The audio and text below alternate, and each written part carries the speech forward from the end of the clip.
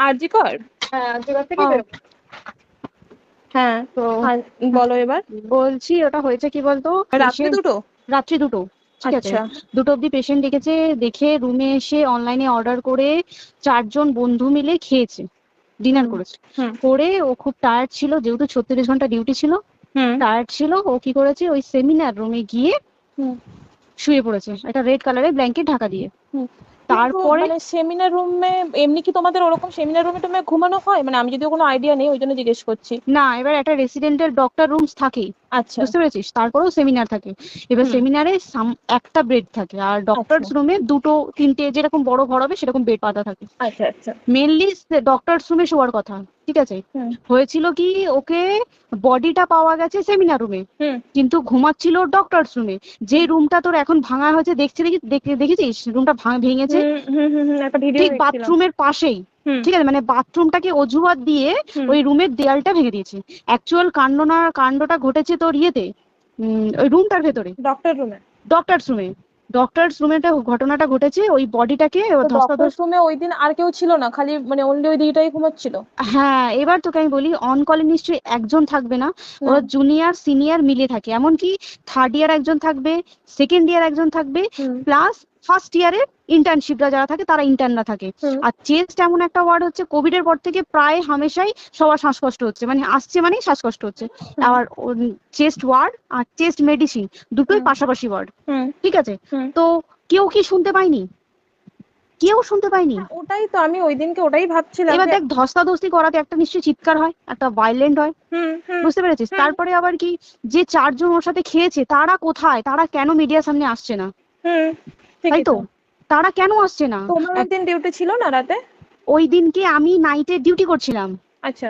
আমি নাইটে ডিউটি করে এসেছি, আমার লাস্ট নাইট ছিল। তো হুম আমার তো 3 দিন নাইট থাকে, তিন হুম দিন নাইট থাকার পর লাস্ট নাইট ছিল, লাস্ট নাইটের পর বুধবার আমার লাস্ট নাইট, বুধবার রাতে ঘটনাটা ঘটেছে। হুম আমি বাড়িতে এসেছি, রীতিমতো বাড়িতে এসে শুয়ে পড়েছি। 3টের সময় আমার কাছে ফোন এসছে যে সবাইকে ডেকে পাঠিয়েছে, ইমিডিয়েট আয়। হুম। তখন গিয়ে দেখি আরজি করে এই অবস্থা, পুরো গোটা হাসপাতালকে ডেকে পাঠিয়েছিল। গিয়ে দেখি পুলিশ ছয়লা, মানে, আর ওকে যেভাবে, আমি তো বডিটা দেখেছি রে, মানে হুম আমাদের হুম এখনো পর্যন্ত চোখ থেকে নামছে না, রীতিমতো মনে হচ্ছে মেয়েটা যেন আমাদের পাশে পাশে ঘুরছে, হুম একদম হুম হুম এরকম, মানে মানে অদৃশ্যমান, মানে আমরা এরকম ভাবতে পারছি না যে এরকম ভূত হুম থাকে বা একটা স্পিরিট থাকে বা কিছু।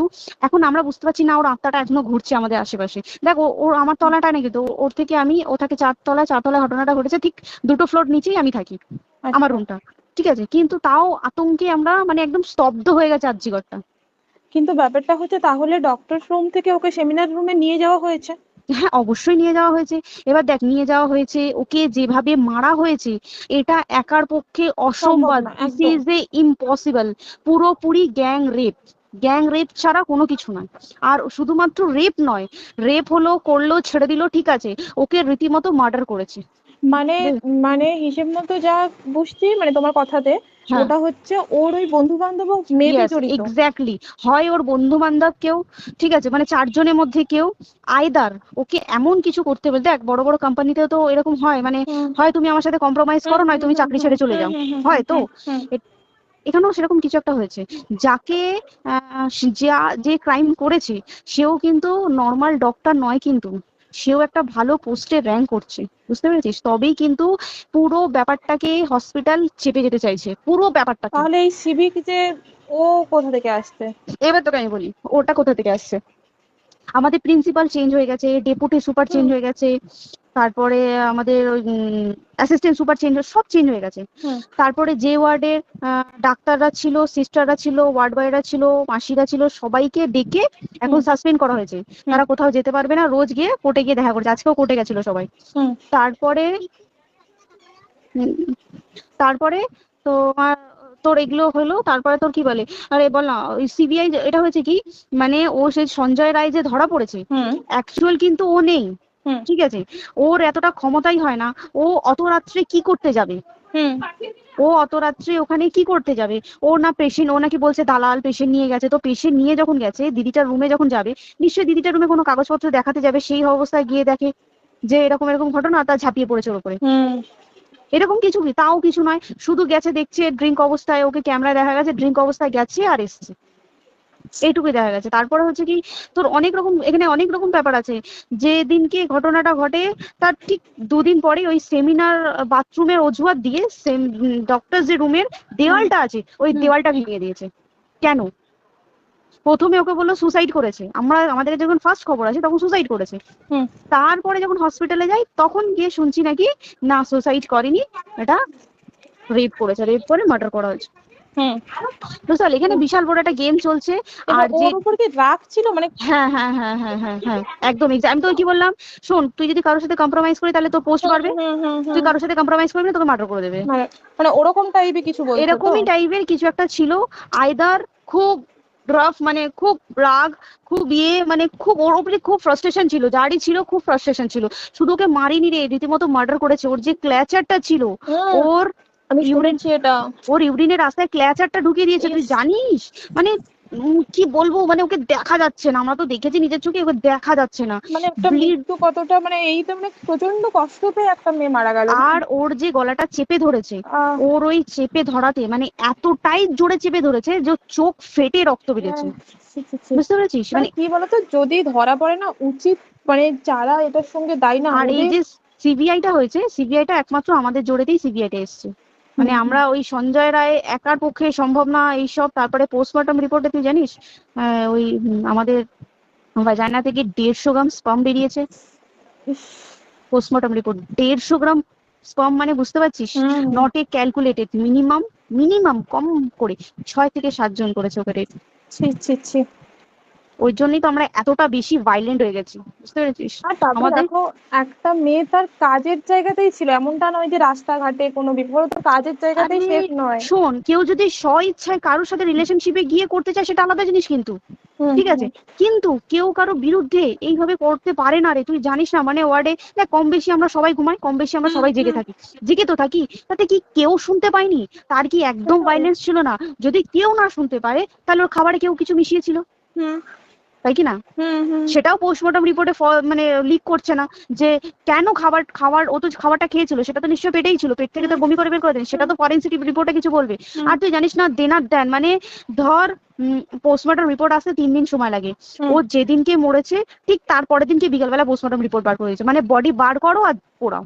হুম 10 সেকেন্ডের মধ্যে ওর বাড়িতে নিয়ে গেছে, তারপরে বডি পুড়িয়ে দিয়েছে। মানে কি বলবো, হসপিটাল, মমতা ব্যানার্জি, সবাই মানে তৃণমূল প্রত্যেক সবাই হুম এটাকে পুরোটাই কেসটাকে চাপা দিতে চাইছে, পুরোটা পুরোটা। তবে তুই ভাব, যে মানুষটাকে এত ক্ষতবিক্ষত ভাবে মেরেছে, তাকে অভিষেক ব্যানার রেপ কি কলকাতায় প্রথম হলো? নয়। হুম বিভিন্ন জায়গায় বিভিন্ন ভাবে রেপ হয়েছে, হুম ধরা পড়েছে, ফাঁসি হ্যাঁ হয়েছে কি হুম জেল হয়েছে। হুম অভিষেক বন্দ্যোপাধ্যায় কেন বললো জাস্ট ইট তোর কি বলে এনকাউন্টার করতে? মানে কি সঞ্জয়কে যদি এনকাউন্টার করে পুরো কেসটা চাপা পড়ে পুরো যাবে, কেসটা চাপা পড়ে যাবে একদম। স্টুডেন্টরা ঠান্ডা হয়ে যাবে। হুম হুম আর আমরা সেটা মানবো না, আমরা সেটা হতেই দেবো না।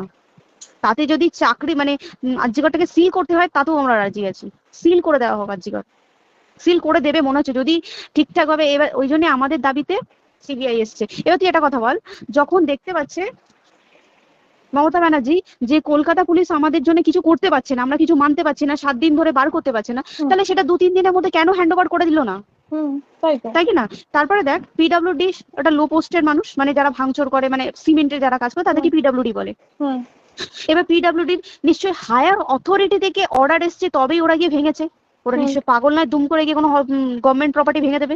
হুম অর্ডারটা কে পাস করলো যে এখনই চেস্ট ওয়ার্ডটাকে ভাঙতে হলো? সিবিআই আসা পর্যন্ত অপেক্ষা করতে পারতো। কারণ আজকে অত বড় বিক্ষোভ হবার কারণ কি হচ্ছে? একটাই কারণ, যে মেয়েটি মারা গেছে ঠিক আছে, কিন্তু তাকে এত বেশি মলেস্ট করে, এত বেশি রেপ করে বা বেশি ওকে মেরেছে, তার কি কোনো প্রতিবাদ নেই? তুই কোথায় সেভ পাবি তুই আমাকে বল? তুই ধর চাকরি ছেড়ে আজকাল সরকারি চাকরি ছেড়ে তুই প্রাইভেটে যাই, প্রাইভেটেও তো তাই একই কোথাও না, অবস্থা, একদম একদম। প্রাইভেটেও একই অবস্থা। তুই কোনো চায়ের দোকান খুলে বসবি, অনার্সশিপে তুই বসলেও তাও এসে তো হাজার ছেলেরা থাকে, হুম হাজার ছেলেরা টিজ করে, তুই কোথায় কি করবি? তাহলে আমাদের সেফটি কোথায়? আমাদের মুখ্যমন্ত্রী মমতা ব্যানার্জি সে একটা লেডি হয়ে তাহলে আমাদের কি সেফটি দিয়েছে? আমাদের কি লক্ষ্মী ভান্ডার দিলে দিস ইজ প্রবলেম সলভ? পুরো মাসের আমাদের কি সব খরচা চলে যায় লক্ষ্মী ভান্ডারে? জানি না, আই ডোন্ট নো। মানে আমরা প্রচুর খেপে আছি, প্রচুর। মানে এর বিচার না চাওয়া পর্যন্ত তা তুই ঠিকই তো। ভেবে চল কি এটা সলভ হবে না। আমরা মানে বিচার আমি নিয়ে আমি কথা বলবো। 2 দিন ধরেই ভাবছিলাম তোমাকে ফোন করবো, কিন্তু মানে এটা ওটাতে হয়ে উঠছে না। এইবার একটা কথা তুই বল, চাকরিটা কোথায় গিয়ে করবো তুই একটা বল, কোন সেটাই। স্টেটে গিয়ে চাকরি করবো তুই আমাকে বল। ওই যেমন মানে এটা হয় তো, আমার মা যেমন বাড়িতে থেকে 7টার মধ্যে ঢুকে যাও, দিদিকে তো ধরো অনেক রাত অব্দি 9টা 9:30 10টা অব্দি ল্যাবে থাকতেই হয় না। এবার তুই কি করবি কি বল, কি করবে করবি? বলো তো এখন কিছু এই। করার আছে? দেখ ল্যাবেও তো সব ছেলেরা আছে, ছেলে হ্যাঁ, আছে মেয়ে আছে। তুই একদম। কাকে বারণ করবি, তুই কাকে বিশ্বাস করবি তুই বল? তুই ধর কলিগদের সাথে খেতে বসেছিস, ঠিক আছে, তোর টিফিনটা যদি কেউ চাইলো তুই তাকে না দিয়ে পারবি? না, একদমই। আর কার মনে যে কি আছে সেটাই তো কি খুব বলবি সমস্যা। বল? এবার তুই বল, খাবারটা যে খাবি, তোর টিফিন কেউ চাইলো বা তোকে যদি কেউ বললো কি একটু একটু খা, যেমন আমরা শেয়ারে হয় স্কুলে হ্যাঁ, যেটা আমাদের আমাদেরও শিখে হয়, এসেছি, যেটা হ্যাঁ স্বাভাবিক, এটা সবারই এটা তো হয়। স্বাভাবিক। তুই বল তাতে যদি এরকম অবস্থা হয় তাহলে কি করবে মানুষটি আমাকে